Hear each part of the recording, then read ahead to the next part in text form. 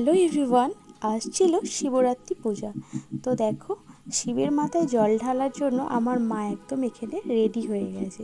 তো শিবরাত্রির পূজার দিন যা যা উপকরণ লাগে সেগুলো সবই একটা থালার মধ্যে মা সাজিয়ে নিয়েছিল। এখানে দুধ, গঙ্গা জল, ঘি, মধু, দই, আকন্দ ফুলের মালা, বেলপাতা, ধূপবাতি, মিষ্টি সবই ছিল। তো এখানে আমাদের বাড়িতেই যে শিবলিঙ্গ আছে ওখানেই আজ পুজো দেবে। তো দেখো এখানে মা দিভাই ওরা এখানে শিবের মাথায় জল যেসব নিয়ম আছে আর কি সেগুলো সবই করছিল। আর জানো তো, আমি না শিবরাত্রির ব্রত করি না। তার কারণ হলো, যখন স্কুলে পড়তাম তখন মা বলতো আরেকটু বড় হয়ে করবি, আর যখন কলেজে উঠলাম তখন ওই যে নির্জলা উপোস থেকে পুজো করতে হয়, তো করা হয়নি, মা তোলায়নি। তারপরে বিয়ে হয়ে গেল, আর বিয়ে হয়ে যাওয়ার পর এসে করা হয়নি। আর এখন তো আমার তরুজো অনেকটাই ছোট, এখন কোনো ব্রত পালন করা আমার পক্ষে সম্ভব নয়। তার কারণ হলো, তরুজোকে যে কোনো খাবারই আমি খাওয়াতে যাই তার আগে না আমার খাবারটা এঁঠো করে দেওয়া অভ্যাস হয়ে গেছে। তাই কোনো ব্রত পালন করা আমার পক্ষে সম্ভবই না। এই খাবার খেয়ে নিলে কোনো ব্রত পালন করা হয়, আবার শিবরাত্রির মতো ব্রত যেটা নির্জলা উপোস থাকতে করতে হয়। তো দেখো, এটা হলো আমাদের বাড়ির ঠাকুর ঘর।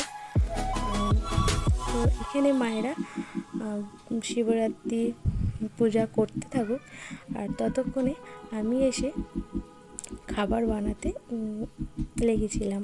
তো দেখো, এখানে আজকে আমি বানাবো চানার পনির। তো দেখো, পনিরটাকে ফ্রিজ থেকে বার করে এখানে ছোট ছোট ডুমো ডুমো আকারে কেটে নিচ্ছিলাম। আর পনিরটা এতটাই শক্ত হয়ে গেছিলো, কাটতে প্রচণ্ড প্রেস দিয়ে কাটতে হচ্ছিল। তো দেখো, এখানে টুকরো টুকরো করে আমি পনিরটাকে কেটে নেব। তারপরে সেটাকে নুন হলুদ দিয়ে হালকা করে ভাজতে হবে। নুন না দিলে ওটা ঠিক ভাজা হবে না, লেগে যাবে। তো দেখো, এখানে মশলাটা আমি কষিয়ে নিচ্ছিলাম।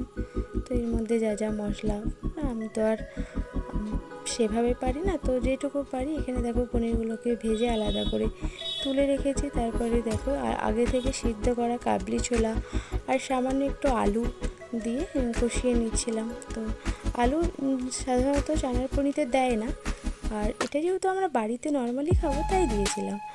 তো এটা দেখো, ময়দাটাকে মাখিয়ে নিয়েছিলাম। তারপর আর ময়দাটা আমি মাখাইনি, বড়বাবু মাখাতে হেল্প করেছিল।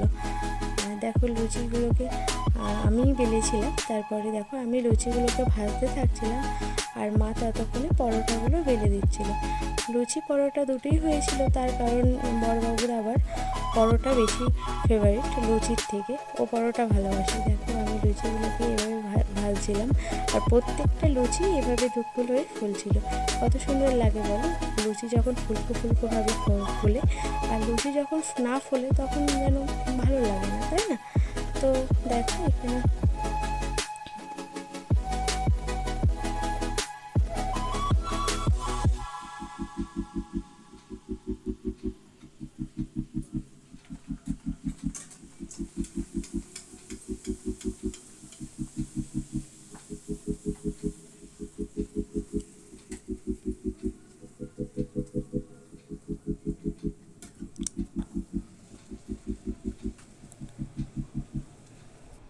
দেখো, আমার লুচিগুলো ভাজা কমপ্লিট হয়ে গেছে।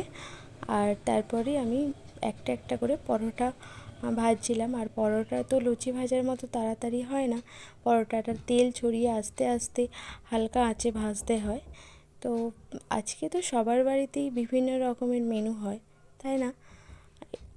যেহেতু সারাদিন উপোস আছে, তো তারপরে আর শিবরাত্রি এবারে দুদিন ধরে পড়েছিল, পরের দিনটাও সারাদিনই ছিল।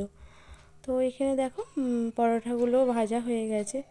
তো ফাইনালি এখানে চানার পনির আর পরোটা, লুচি, তার সাথে বেগুন ভাজা আর মিষ্টিও ছিল। তো চলো, ভিডিওটি কেমন লাগলো অবশ্যই জানাবে, আর সাবস্ক্রাইব।